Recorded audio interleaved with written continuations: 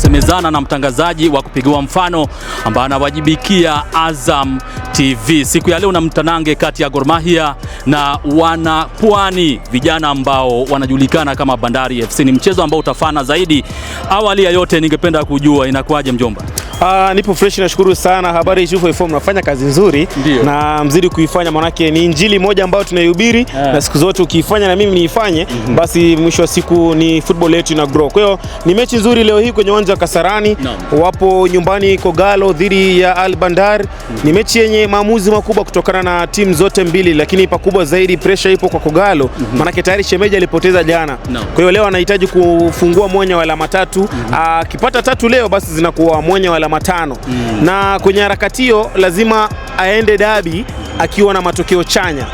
Basi kuna pressure sana kwa Kogalo kutokana na hilo. Ila mtu atakuuliza au atakwambia Kogalo sio wageni kwenye pressure, ni mabingwa mara 21 na hawajajipata kwenye sehemu kama hii kwa mara moja au kwa mara ya kwanza. Ni sehemu ambao wanaijua na wanajua maana ya kukamilisha mechi hizi kwa ubora, kwa kuondoka na alama 3. Ndio amepoteza mechi yao dhidi ya Tusker. Bandari pia anakuja kama mtu ambaye hana kitu cha kupoteza, lakini ana nia ya kupata alama 3 na atakuja akiwa ametulia sana. Kwa hiyo hapa ni battle ya nani ambaye kisaikolojia atakuja na kusoma mchezo kwa haraka upesi, na zaidi ya yote atumie nafasi zake kwa ubora. Na basi ya yote yakizindikana, kuna kitu moja kinakwenda kuamua mchezo wa leo, individual brilliance. Tunaweza kosa kushuhudia magoli mengi, ila ubora wa mchezaji mmoja uzalishe goli na mwisho wa siku mechi ikamilike kwa goli moja kwa faida ya timu yoyote ile kwa hizi timu mbili. Na kama itakuwa ngumu zaidi, na hisi pia huenda tukashuhudia sare. Ndio.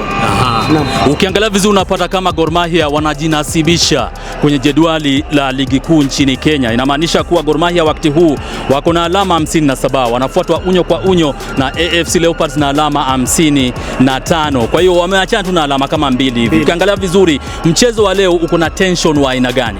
Ipo tension, hususan Gor Mahia wanakwenda kucheza derby na tayari wanajua shemeji amepoteza na wao wanatokea kupoteza mechi dhidi ya Tusker. Kwa hiyo mechi leo itakuwa na tension, maana kitu ambacho anakihitaji kukifanya Kogalo ni kuongeza mwanya wa alama 5 ili anapokwenda kwenye dabi iwe tayari, iwapo atapoteza dabi atakuwa anapungukiwa alama zibaki tena 2, na iwapo atajiongeza kushinda dabi basi itakuwa ni kama mwendo wameumaliza wana FC Leopards ambao wanamfukuzia. Kwa hiyo leo pressure ipo, na anajua mkufunzi Charles Akonor anajua hilo. Iwapo Gor Mahia atapoteza leo akikwenda kwenye mashemeji dabi, basi hapo kutakuwa na uwezekano mkubwa kuwa FC Leopards atakuwa anakuja akijua si amepoteza naye na sisi tulipoteza, tuna uwezo wa kumfunga. Pressure itazidi kuwa juu zaidi, manake Gor Mahia akipoteza leo kisha apoteze dabi atakuwa amepoteza uongozi wake kwenye jedwali.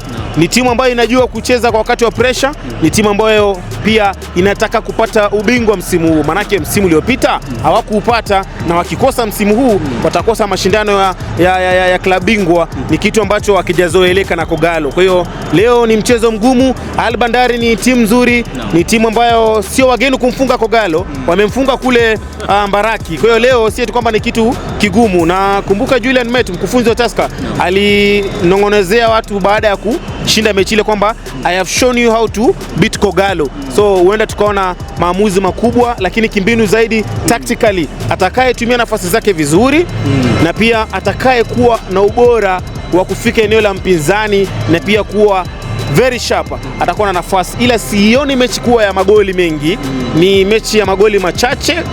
Basi atakayeshinda labda goli 1-0 au ishie sare ya goli 1-1 au sare ya 2-2. Wewe kama mwanahabari tajika, mwanahabari wa kupigiwa mfano ambaye anawajibikia Azam TV, tuseme kwa mfano siku ya leo ungepewa jukumu la kulinoa timu ama klabu ya Gor Mahia, ni nini ungefanya tofauti kwa mchezo wa leo? Nadhani kitu cha kwanza ni kuandaa tu wachezaji kisaikolojia. Hamna utofauti wote, manake wana kikosi kizuri. Ukizungumzia experience, tajriba, wachezaji ambao wana uwezo wa kucheza mechi kwenye pressure. Yupo Enoch Morrison, Alpha sio wageni kabisa, asifua kule mbele. Ni baadhi ya wachezaji ambao wamecheza mpaka nje kule Europe. Kwa kueleza una wachezaji wazuri wa kukana mpira na pia wana uwezo wa kukat ile pressure kabisa. Kitu ambacho mimi ningewaambia wachezaji wangu ni kuwa tulieni. Msikuwe na pupa ya kufanya maamuzi uwanjani. Iwapo umepata mpira tulia, yani icheze tu, kama ni goli litakuja. Ila iwapo wataingia under pressure especially ukiingia kwenye mchezo ukiwa na pressure. Wanasema kwa Kiingereza, you are born to make mistake when you are playing under pressure, but if you are calm, utulie, cheza peke yako, acha mpira wa kawaida, msije na pressure, basi itakuwa ni rahisi kuweza kupata lile goli. Ila ukiingia na pressure, kila mtu acheze vile ambavyo anajua, ila muhimu kabisa hapo ni psychology, mentality ya wachezaji wa Kogalo ipoje kutokana na kupoteza ile mechi. Ndio kitu ambacho kitakuwa kinaangaliwa sana, na dakika 15 za mwanzoni zitatupa picha ya Kogalo. Imekuja Kogalo ya kushambulia ambayo imetulia, ama ya kushambulia ambayo inapupa. Kwa hiyo ndio vitu ambavyo vitakuwa vinaangaliwa zaidi. Manake Bandari akitulia, amsubiri, akimpata ndio hivyo, yeye hana pressure kabisa. Naam.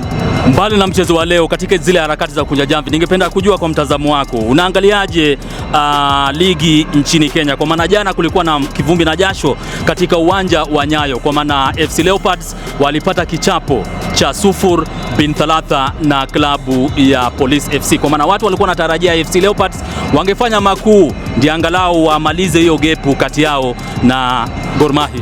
Ni ligi yenye ushindani mkubwa, hususan baada zile hela ambazo zimeahidiwa, mshindi atakaye shinda ligi hii. Hamna mambo ya kupigiwa makofi au kupata hela kidogo. Sasa hivi mambo tofauti, na kwenye maisha ya kawaida unapoahidiwa kitu na ni donge nono, ni hela nzuri, basi imewapa timu nyingi kuwa na ushindani. Manake nafasi ya kwanza atakuwa anapokea hela, nafasi ya pili atakuwa na hela, nafasi ya tatu pia atakuwa na kitu cha kurejea nacho nyumbani. Kitu kingine ni kuwa ushindani unaonekana kutokana na ubora wa ligi hii. Kila mmoja anajipima nguvu na mwenzake.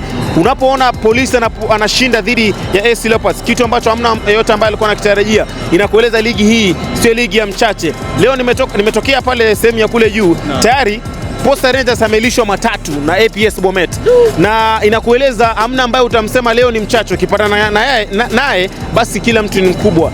Ligi yetu ina ushindani mkubwa na hamna timu ambaye ni ndogo. Hadi sasa hivi tayari unaiona tu Polisi ananusia pale, FC Leopards amepoteza, lakini bado tumaini lipo kutokana na mechi ambazo zimesalia. Iwapo atashinda dabi, amuombe njaa shemeji yake kwenye mechi ya leo, ndo ligi. Na hapo awali nikikuweka sawa kwa nini nasema ligi ina ushindani msimu huu, misimu mingi ambayo imepita kaka, tumekuwa tukijua bingwa wakati zimesalia mechi 8, mechi 9, hata mechi 10, tayari unajua Kogalo ameshauchukua ubingwa. Lakini sasa hivi huenda tukashuhudia na kujua bingwa mpaka mechi labda 2 za mwisho za msimu huu, ndio tutajua nani ambaye ataondoka na ubingwa. Sababu ni mapema kusema Kogalo ataondoka na ubingwa, pia ni mapema kusema FC Leopards ataondoka na ubingwa. Basi hicho kinakupa taswira na picha kuwa ushindani umeongezeka sana kwenye ligi hii. Kwa hiyo ni ligi ambayo inaanza kuboreka na tupo kwenye viwango vizuri kwenye masuala ya growth ile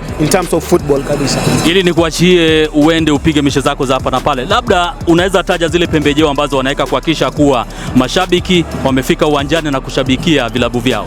Nadhani kwa timu zote ni kuhakikisha kuwa mashabiki wanafika kutokana na kwanza social media pia, sababu lazima admins wa hizi timu wazungumze na wao wakiwaeleza mashabiki wao.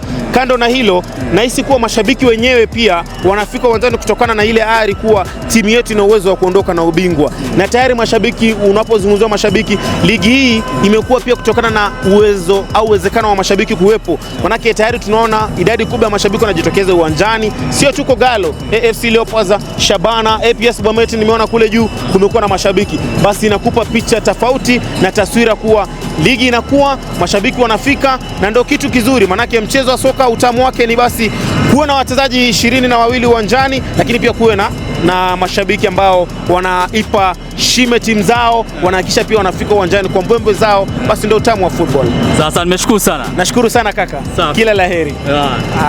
Bana, nimepiga longa za hapa na pale na mwanahabari wa kupigwa mfano ambaye anawajibika pale Azam TV, Muite Momanyi, ni mwanahabari wa kupigwa mfano ndio. Kwa maana hapa tumepiga longa za hapa na pale kuhusiana na mchezo wa leo kati ya Gor Mahia na vijana kutoka pwani mwa Kenya maarufu kama Bandari FC. Kwa hiyo ni mchezo wa kunoga zaidi. zaidi, mchezo ambao utafana zaidi, mchezo ambao una vishindo na presha wa kupitiliza. Kwa hiyo Gor Mahia wanahitaji tu kile ambacho tunachokiita ushindi, sio hata draw, ile haja ya kutoka sare. Na Bandari FC pia najua hawatawaruhusu wapate kile ambacho tunachokiita ushindi siku ya leo. Kwa hiyo ni Habari 254 TV na Bonga Tube Media. Usisahau kusubscribe, kulike na vile vile kushare. Ukiwa kule magetoni, vijijini na mitaani, usisahau kuwajuza wana wakina Masela kuhusiana na channel hizi ambazo zinakuwa kwa kasi zaidi. Moja inajulikana kama Habari 254 TV. Achia mbali Bonga Tube Media, ndio angalau uendelee kupata taarifa nadhifu, taarifa hizi ambazo zinakufaa zaidi uwanjani. Shukran jidan, marhab habib, tunawapenda zaidi.